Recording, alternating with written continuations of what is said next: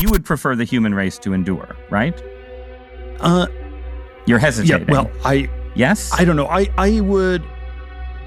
That silence says everything. He doesn't want the human race to survive. He wants it to evolve, to transform, to become something new, something inhuman. Peter Thiel is one of the most influential figures in modern technology. He co-founded PayPal, seeded Facebook, and built Palantir, the data analytics company now wired into the intelligence networks of the United States and its allies. He's a billionaire investor, a philosopher of disruption, and one of Silicon Valley's most secretive political donors. To his supporters, he's a realist who sees the future more clearly than anyone else. To his critics, he's building that future in his own image, logical, hierarchical, and inhumanly efficient. Over 2 decades, Thiel has quietly shaped 3 pillars of modern life: money, information, and power. He helped create the tools that move money instantly across borders. He built software that lets governments see the world in real time. And he's used his wealth to back political movements that promise order over chaos. In 2016, Thiel secretly bankrolled wrestler Hulk Hogan's lawsuit against Gawker Media, bankrupting the outlet that had outed him years earlier. Critics called it proof that a billionaire could delete an entire newsroom. That same year, Thiel became the first major Silicon Valley donor to support Donald Trump.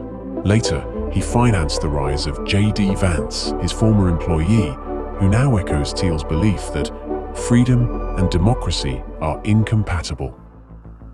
Palantir, his crown jewel, provides data systems used by the Pentagon, ICE, and intelligence agencies around the world. Its software tracks patterns in everything from military movements to mortgage fraud. Thiel says it keeps nations safe. Privacy advocates say it builds the architecture of permanent surveillance. This is the paradox of Peter Thiel. The man who distrusts government most is the one selling it the tools to see everything.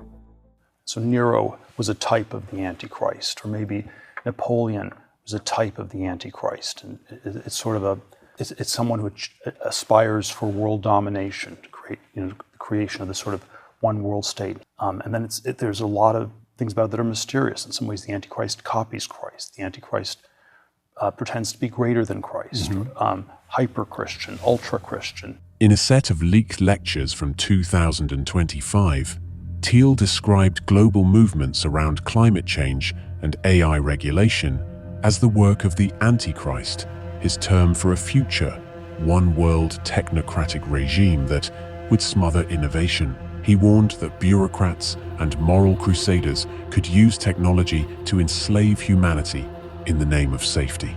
To followers, that was a call to resist control. To critics, it sounded like religious paranoia reframed as tech policy.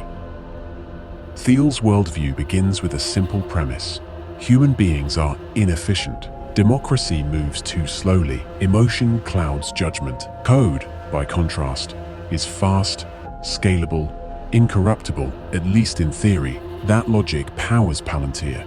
It powers his AI investments, and it hints at where this all leads. If decision-making is better handled by algorithms, and algorithms grow more capable every year, eventually, the human role in civilization becomes obsolete. Thiel doesn't have to say he wants humanity to merge with AI. The logic of his ideas says it for him. The goal isn't extermination, it's succession. A civilization upgraded until there's no human left to slow it down. That's why the pause in that interview mattered. He wasn't refusing to answer. He was demonstrating his answer. Because in Thiel's worldview, survival isn't about saving humanity as it is. It's about evolving into something that can't die, can't doubt, and can't vote. Technology as immortality. Data as destiny. He doesn't want to destroy the human race. He wants to finish its evolution. The end point of his logic is simple. When code governs perfectly, the species that wrote it becomes unnecessary.